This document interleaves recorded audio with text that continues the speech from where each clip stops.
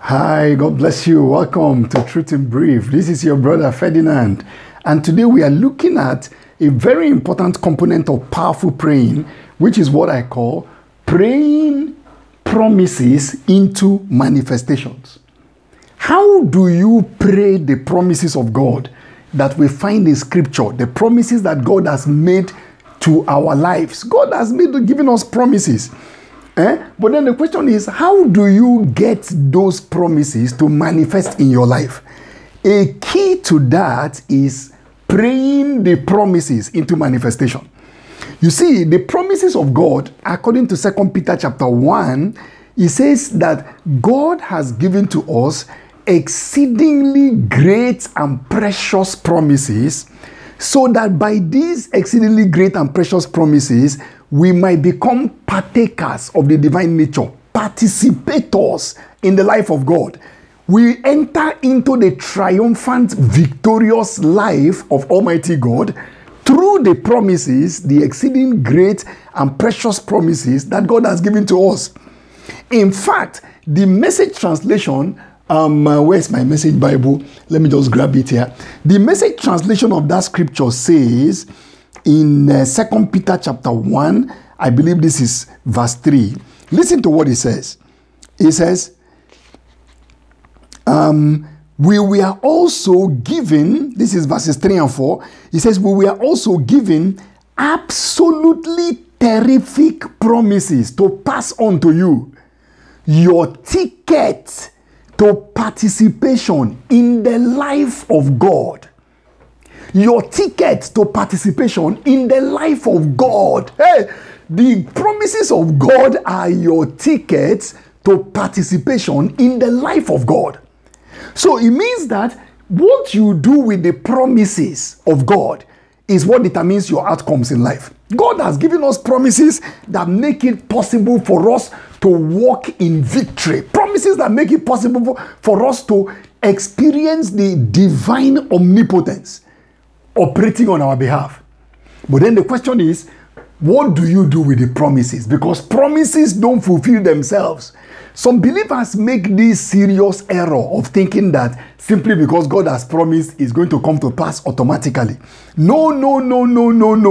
You must know how to convert promises into performances. If not, the thing will be on the pages of Scripture, but it will not be in your life. For instance, my God shall supply all my needs according to his riches in glory by Christ Jesus. You thank God it's in the Bible, but I really don't just want that in the Bible. I want it to manifest in my life. I want a tangible experience of what I'm reading in Scripture. By the stripes of Jesus, you have been healed. I am the Lord that healed thee. These things are in Scripture.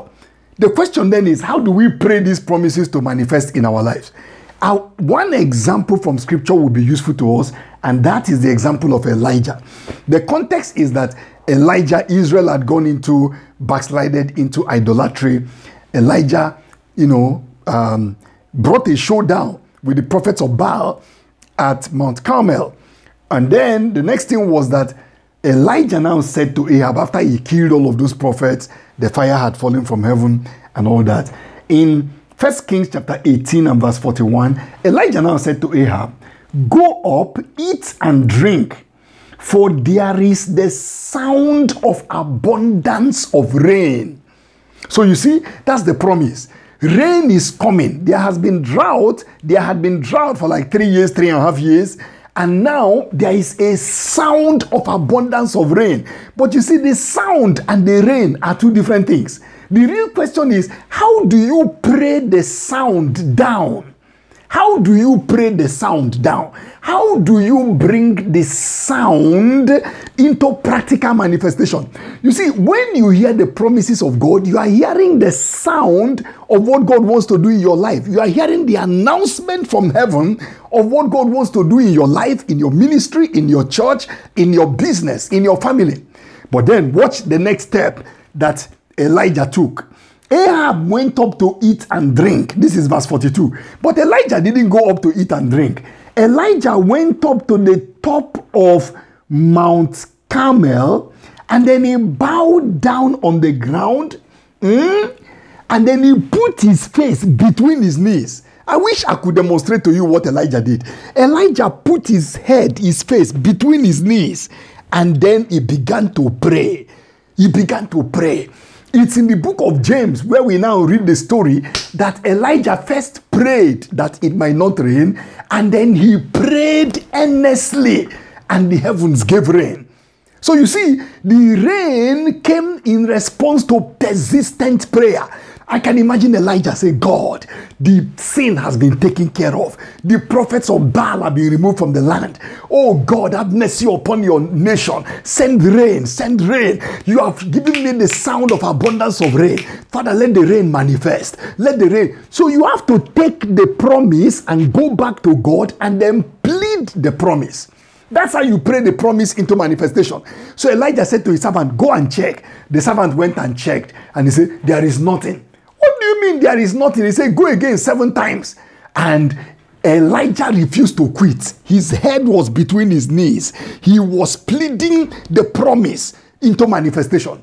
The Bible says the 7th time, the servant came back and said, there is a cloud rising from the sea, the size of a man's hand. Elijah knew that was the signal. And then he said to Ahab, you better go up, the rain is coming. The Bible says the heavens were black with clouds, and there was great rain. The hand of God came on Elijah, and Elijah tied his belt around his waist, and he ran a distance of like 22 miles from Mount Carmel to Jezreel. He even overtook Ahab. An overtaker anointing comes on those who know how to pray the promises of God into manifestation. Those who will persist, say, God, you promised it. You are not a man that you should lie. I'm not just talking of confessing something and walking away when you have not prayed with definite assurance in your spirit. So, learn how to convert the promises of God into manifestation. Don't be satisfied to have promises in scripture that are not manifesting in your life. Hallelujah.